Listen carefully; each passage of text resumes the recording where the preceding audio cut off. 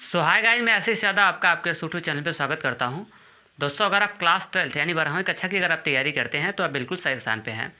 तो चलिए मैं आपको बता दूं कि अभी हम आपको लेसन फर्स्ट जिसका नाम क्या है रिलेशन और फंक्शन, इसके बारे में पूरा डिटेल से और डीपली मैं आपको बताया हूँ।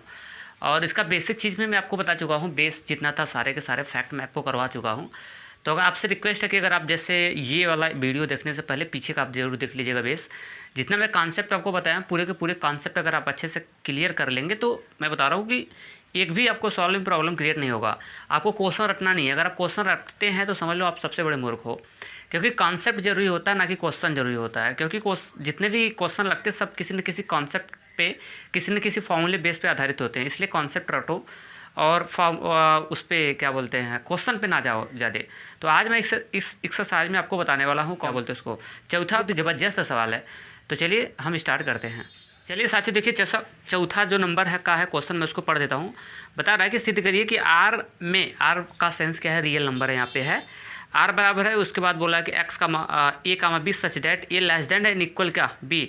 आर द्वारा परिभाषित संबंध आर सतुल तथा संक्रामक है किंतु सममित नहीं है। क्लियर। तो चलिए मैं इस क्वेश्चन को बताता हूँ। इसमें आपको कह रहा है कि ये सतुल तथा संक्रामक तो है बट ये जो सिमेट्रिक नहीं है। तो प्रोसेस सबका सेम है और इसमें तीनों चेक करना है। तो हम पहला नंबर ले लेते हैं। कौन सा? फर्स्ट आपको बताए थे ना सतुल की कंडीशन क्या होती है। सतुल जिसको आप बोलते हैं क्या रिफ्लेक्सिव, और उसके बाद संक्रामक जिसको आप बोलते हैं क्या ट्रांजिटिव, सममित जिसको आप बोलते हैं क्या सिमेट्रिक। इन सारे के पूरा इसका जो कॉन्सेप्ट था पूरा मैं डीपली और डिटेल से बताया हूँ। मैं यहाँ पे लगा रहा हूँ। देखिए पहला हम लोग चेक करते हैं क्या सतुल्य, जिसको आप इंग्लिश में बोलते हैं क्या रिफ्लेक्सिव। तो सतुल्य यहाँ पे तो ये लिखेंगे सर, जैसे मैं बताया हूँ ना, मैं पूरे सवाल को एक ही जैसे बताया हूँ। ठीक है, हर क्वेश्चन को अलग अलग टाइप से नहीं बताया हूँ जिससे कि आपको प्रॉब्लम क्रिएट ना हो। इसके लिए लिखेंगे, इसके लिए आवश्यक शर्त, इसके लिए आवश्यक शर्त, ये कंडीशन एग्जामिनर को बताना होगा। अब इसका कंडीशन क्या होता है, ए कामा ए बिलोंग्स टू आई। फिलहाल यहाँ पे देखिए मैं ऐसे ले लेता हूँ एक्स कामा एक्स और बिलोंग्स टू क्या आर। इसका कंडीशन कहता है कि रिलेशन में सेम सेम वाले अवयव होना चाहिए। दिख नहीं रहा है, एक्स एक्स सेम सेम होना चाहिए किसका, रिफ्लेक्सिव। तो ये कंडीशन होती है कि जो रिलेशन में अगर सेम सेम वाले अगर अवयव मिल जाएंगे तो रिफ्लेक्सिव होगा, अगर सेम सेम वाले अवयव नहीं मिलते हैं तो रिफ्लेक्सिव नहीं होगा।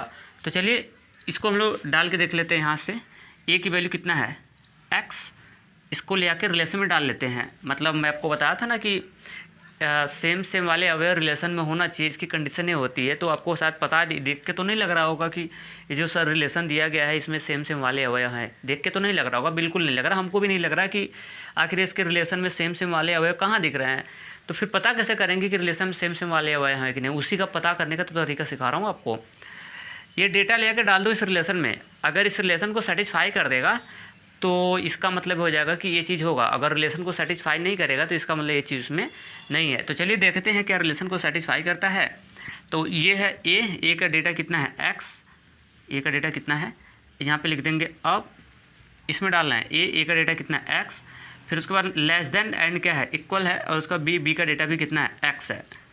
मैंने क्या कर दिया, इस डेटा को ले आकर रिलेशन में डाल दिया। अब बताइएगा एस जो डेटा आया है हमारे पास x less than and equal x, क्या ये बात नहीं सत्य है कि इसको लेस देन एंड इक्वल का मतलब क्या होता है। बोला कि एक्स, इसमें दो चीज़ होती है ना, यहाँ से मिल रहा कि एक्स की ये जो चिन्ह है लेस देन इक्वल वाला चिन्ह होता है। इसका मतलब क्या है कि बड़ा भी है और उसके बाद क्या है बराबर भी है, सॉरी छोटा भी है, और इसका मतलब क्या होता है बराबर, छोटा और बराबर दोनों है। तो यक्स, अगर मैं इसकी बात किया जाए x लेस देन एक्स, तो x का वैल्यू x तो छोटा नहीं है, लेकिन ये वाला यहाँ पे देखिए x बराबर x, जो नीचे वाला सिंबल है x बराबर x, इसको ही फॉलो कर रहा है। तो दोनों में से कोई ना कोई ये फॉलो कर रहा है ना, तो बस बात आपकी बन जाएगी। तो यानी x लेस देन x का मान x से छोटा नहीं है, बट ये वाला फॉलो कर रहा है कि x की वैल्यू x से बराबर है। तो लिख देंगे अपडेट। ये बात बिल्कुल क्या है सत्य है, इसमें कोई शक थोड़ी ना है, ये बात बिल्कुल सत्य है कि x की वैल्यू x के बराबर है। तो लिख देंगे अतः इससे स्पष्ट हो गया, इससे क्या हो गया स्पष्ट है। अब बताइएगा x की वैल्यू x के बराबर है, यानी मैंने डाला तो लेफ्ट हैंड साइड और राइट हैंड साइड का मान दोनों इक्वल आ गया। इसका मतलब ये चीज़ उसमें है तभी ना सेटिस्फाई कर रहा है, क्योंकि लेफ्ट और राइट बराबर आने का मतलब सेटिस्फाई कर रहा है इस चीज़ को। तो यहाँ पे लिख देंगे इससे स्पष्ट है कि क्या स्पष्ट है जो हमारा x कामा x यानी इस रूप के जो अवयव हैं वो रिलेशन में हैं, अतः यह क्या होगा, अतः यह स्वतुल्य होगा, स्वतुल्य होगा। क्यों ऐसा कर दिया? क्योंकि ये रिलेशन को सेटिस्फाई कर दिया ना भाई साहब। हमने देखा कि ये पता नहीं है कि नहीं है, लेके इसको रिलेशन में डाल दिया, रिलेशन में डाला तो हमको ये कंडीशन निकला x less than and equal x। इसका मतलब हुआ कि x की वैल्यू जो है वो क्या है, x की वैल्यू जो है x से छोटा होना चाहिए या x की वैल्यू x के बराबर होना चाहिए। तो फिलहाल x का मान x से छोटा तो नहीं हो सकता है, लेकिन ये वाला जो कंडीशन है x की वैल्यू x के बराबर है, ये फॉलो कर रहा है, यानी लेफ्ट और राइट दोनों बराबर हो गया। इससे स्पष्ट है कि इस रूप के अवयव इस रिलेशन में है, तभी ये सेटिस्फाई कर रहा है, अन्यथा सेटिस्फाई नहीं करता। तो जब इस रूप के हो जाएंगे तो इसका मतलब समतुल्य हो जाएगा। पहला नंबर हो गया। अब हम लोग इसका सेकेंड, 3 ठो आपको चेक करना होता है और इसका हम लोग सेकेंड चेक कर लेते हैं। और सेकेंड में आपको चेक करा रहा हूँ कौन सा, सिमेट्रिक चेक करा रहा हूँ, सममित। इसके लिए आवश्यक शर्त x1 कामा कितना, x2 belongs to R imply that x2 comma x1 belongs to क्या, R। अब कहोगे सर यहाँ पे ए बी क्यों नहीं लिया भाई साहब? इसलिए मैंने ए बी नहीं लिया, नए लेने का वजह क्योंकि ये जो सवाल दिया था उसमें ए बी था, इसलिए मैंने इसके बैकग्राउंड को मैंने क्या कर दिया, चेंज कर दिया। यहाँ पे नहीं तो हम लिखते थे क्या, a comma b belongs to R imply that b comma a belongs to R. रटना नहीं है यार, समझते हम लोग ना, बात तो वही है, बात तो वही है। मैंने यहाँ पे ले लिया x1 comma x2 belongs to are. ये कहता है कि रिलेशन में अगर x1 कामा x2 है तो इसका उल्टा भी होना चाहिए, x2 कामा क्या x1 भी रिलेशन में होना चाहिए। मतलब अगर रिलेशन में x1 comma x2 belongs to अगर आर है तो इसका उल्टा भी होना चाहिए, x2 comma x1 belongs to are. अगर ऐसा होगा ना, मेरी बात समझ रहे, अगर ऐसा होगा तो वो क्या होगा, सिमेट्रिक होगा। अगर ऐसा नहीं मिल पाता है तो सिमेट्रिक नहीं होगा। तो चलिए अब इसकी कंडीशन मैं आपको बता दूं, ये वाला डेटा को ले आकर रिलेशन में डालते हैं, ठीक, और इसके सपोर्ट से इसको लाना पड़ता है। अगर आप ला देंगे तो वो सिमेट्रिक होगा, अगर नहीं ला पाते हैं तो सिमेट्रिक नहीं होगा। मैं सारे के सारे क्वेश्चन को ऐसे ही बताया हूँ। अब देखिए, अब इस डेटा को हम लोग ले आके कहाँ डाल लेते हैं, थोड़ा रिलेशन में इसको डाल के देखते हैं और इसको रिलेशन में डालते हैं और इसके सपोर्ट से इसको हल करके इसको लाना पड़ता है। तो चलिए इसको डाल देते हैं। अगर तो ए की वैल्यू कितनी हो जाएगी, x1, यहाँ पे लिख लीजिएगा क्या, अब ए की वैल्यू कितनी है, x1, और उसके बाद फिर सिंबल किसका है, लेस देन एंड क्या, इक्वल, फिर बी की वैल्यू कितनी है, x2। मतलब इसकी संरचना ऐसे बनी, इसकी संरचना ऐसे बनी। ये चीज़ रिलेशन इसको डाला नहीं जाता है, इस चीज़ की मदद से इस चीज़ को लाना पड़ता है। लेकिन मैं क्या कर रहा हूँ ना, इस चीज़ को रिलेशन में आप दिमाग में इसको बना लीजिए। अब ये बनाना नहीं है, मैं आपको मेमोरी में अपने कैच करना है, मैं आपको दिखाने के लिए बना रहा हूँ। मतलब ये वाला जो डेटा है इसको थोड़ा रिलेशन में डाल के देखो कि जैसे इसका स्ट्रक्चर ऐसे बना था तो इसका स्ट्रक्चर कैसे बनेगा। थोड़ा रिलेशन में डाल के देखते हैं। जैसे इसको डालेंगे तो ए की वैल्यू यहाँ से कितना हो जाएगा, x2, और उसके बाद ये है लेस देन एंड इक्वल क्या, ए की वैल्यू क्या होती है, x h, बी का वैल्यू क्या होता है, y h पर का मान होता है, ठीक है। और उसके बाद बी की वैल्यू कितनी है, x1 है। यानी इसकी स्ट्रक्चर हमको कैसे बनी, x2 less than x less than and equal क्या, x। अगर मैं x2 less than equal x ला दूंगा इसके सहारे से ना, तो इसका मतलब हो जाएगा कि x2 comma x1 belongs to क्या, r। अगर नहीं ला पाऊंगा तो इसका मतलब ये होगा कि x2 comma x1 not belongs to क्या, r। मेरी बात से सहमत है क्या? अब देखिए मैं आपको बता रहा हूँ कि इसके सपोर्ट से इसको लाना होता है। देखिए एक फैक्ट याद रखना, अगर ये चीज़ कहीं ऐसा नज़र आएगा तो इसको ऐसे हम बोल देंगे, और अगर कहीं ऐसा नज़र आएगा तो इसको ऐसे बोल देंगे। इसका उल्टा भी हो सकता है, अगर ऐसा नज़र आएगा तो ऐसा बोलेंगे, अगर ऐसा आएगा तो ऐसा बोलेंगे, अगर ऐसा आएगा तो ऐसा, ऐसा आएगा तो इस तरह से बोलेंगे। ये डेटा रिलेशन में हमने आपका एक टारगेट हो गया कि आपको x2 लेस देन x1 लाना है इसके सपोर्ट से। अगर ला देंगे तो काम हो जाएगा, अगर नहीं ला पाएंगे तो नहीं हो पाएगा। अब ऐसे समझिए हमारा लेफ्ट हैंड साइड है, इसके सपोर्ट से हम राइट वाले को लाते हैं। तो चलिए देखिए कि क्या हम ला पाते हैं। हमारा टारगेट कितना है, x2 लेस देन क्या, x1, इसके सपोर्ट से लाना है। तो देखिए क्या मैं इसको ऐसे लिख सकता हूँ क्या, x2 ग्रेटर देन एंड क्या, x1, x2 greater than and equal x1।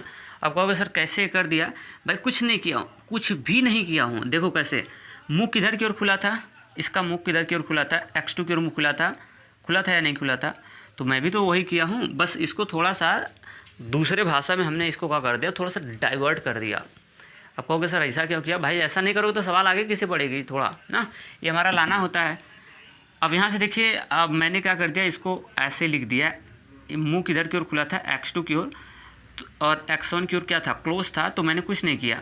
या फिर अगर ऐसे डाउट हो रहा है तो फिर ऐसे देखो, और तरीका समझा रहा हूँ, अच्छा तरीका। इसमें कितना डेटा है, x1 और क्या है, x2 है, तो आप x2 लिख दीजिए, और फिर यहाँ पे लिख दीजिए क्या, x1 लिख दीजिए। मुंह किधर की ओर खोलना है, x2 की ओर, तो मुंह उधर x2 की ओर खोल दिया, बस।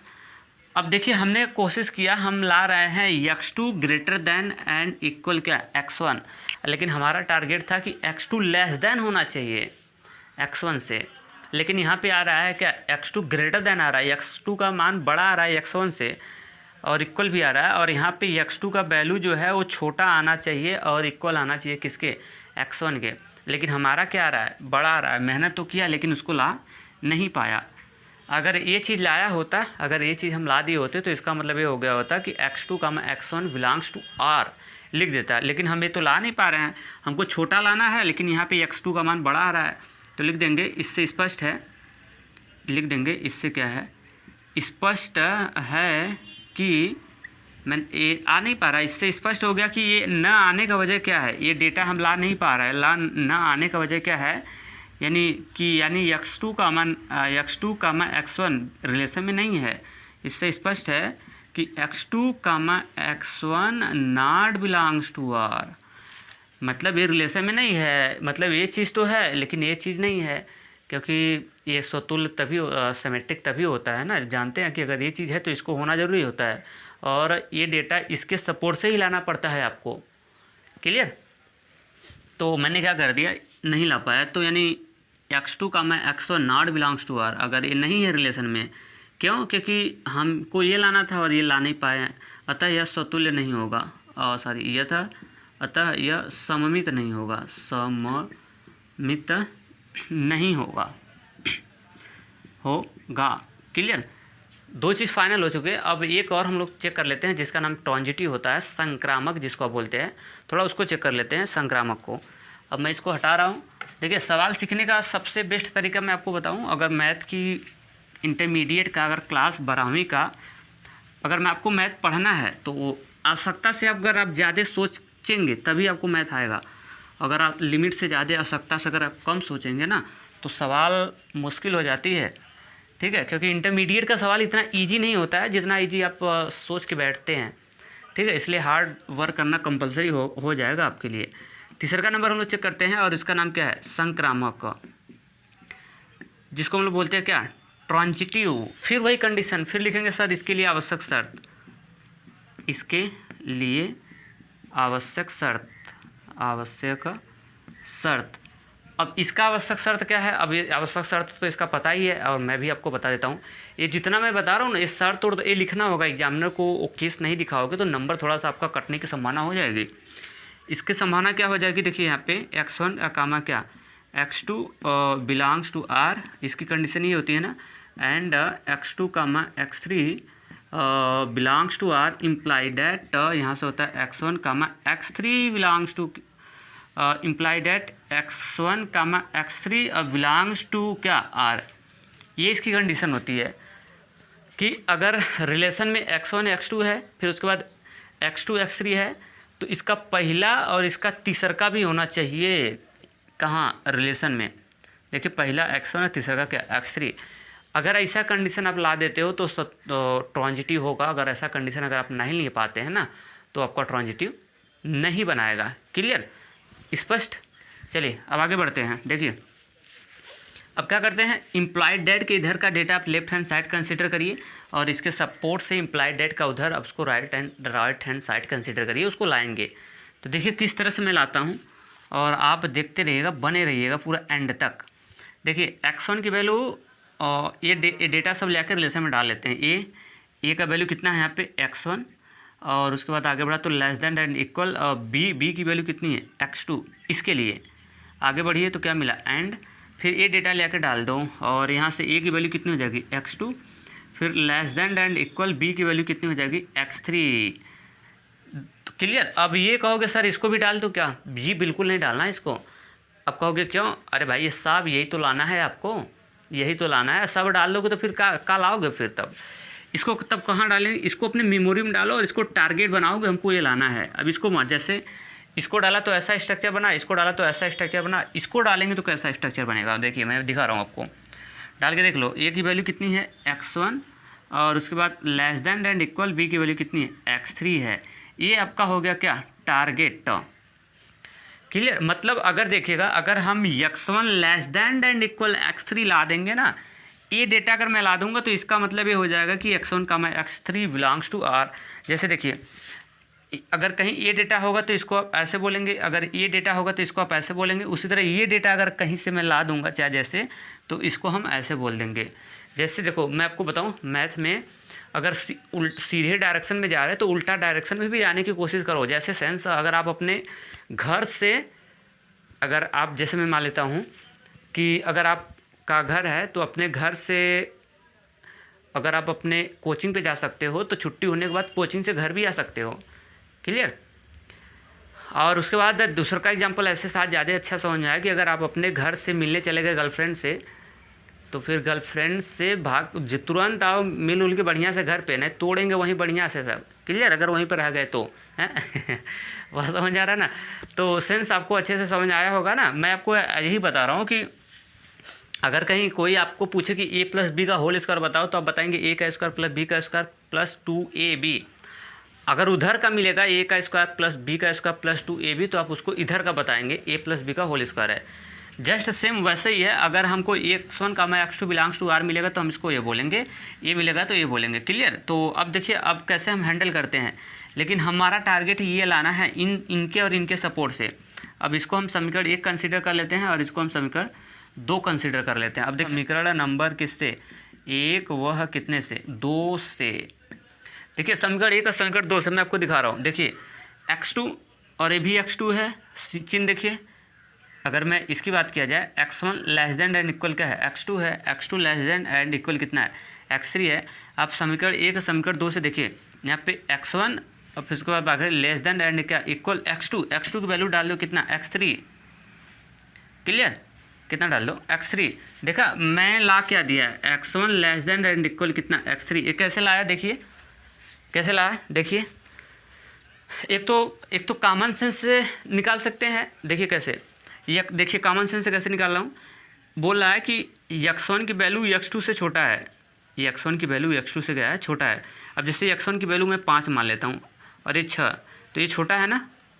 आगे बोला कि जो x2 की वैल्यू है वो x1 से भी क्या है, छोटा है। अब x2 की वैल्यू कितनी है, x2 की वैल्यू 6 थी और x2 की वैल्यू जो है x3 से छोटी होगी। तो x3 से छोटी होने का मतलब जैसे मैं इसका वैल्यू कितना ले लिया, 7 ले लिया। कितना ले लिया, 7। तो अब बताइएगा कि जो x1 है वो क्या x3 से छोटा नहीं है क्या। इसकी वैल्यू कितनी है, रह गई 5 रह गई, और इसकी वैल्यू कितनी रह गई, 7 हो गई। तो बताइएगा कि x1 जो है छोटा नहीं है क्या x3 से। बात समझ आ रहा है। पहले देखो x1 जो था वो छोटा था x2 से, तो इसका वैल्यू मैं अपने से मान लिया 5 और इसका 6। देखिए 5 6 से छोटा है। फिर बोला कि x2 की वैल्यू x3 से भी छोटा होना चाहिए। x2 का वैल्यू मैंने 6 माना था और इसकी वैल्यू जो है ये इससे छोटा होना चाहिए। तो यानी इसको मैं 7 8 10 9 10 कुछ भी मान सकते हैं, लेकिन इसको इससे छोटा दिखाना है। तो बताइए क्या x1 की वैल्यू इससे छोटा नहीं होगा। मेरी बात समझ आ रहा क्या। और या तो इक्वल पे भी देख सकते हैं, इसमें कोई डाउट नहीं है। और अगर ऐसे नहीं समझ आ रहा ना, तो सबसे अच्छा ये तरीका है भाई, ऐसे समझ लो x1 और समीकरण 1 समीकरण 2 से फिर x2 है तो x2 की वैल्यू डाल दो कितना, x3।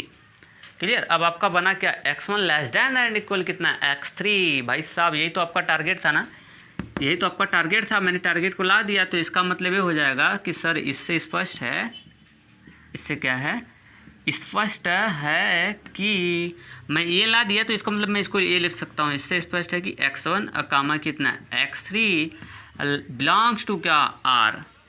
तो आपने देखा मैंने इसके सपोर्ट से लेफ्ट हैंड साइड पकड़ा हुआ था, x1 का मैं x2 belongs to r and x2 का मैं x3 belongs to r। Left hand side पकड़ा हुआ था और उसके सपोर्ट से मैंने किसको ला दिया, राइट हैंड साइड को, x1 का मैं x3 belongs to r। Clear. बस तीनों हो गया, इसके सपोर्ट से इसको ला दिया, यही तो होता है इसका। अतः लिख देंगे, उसके बाद अतः यह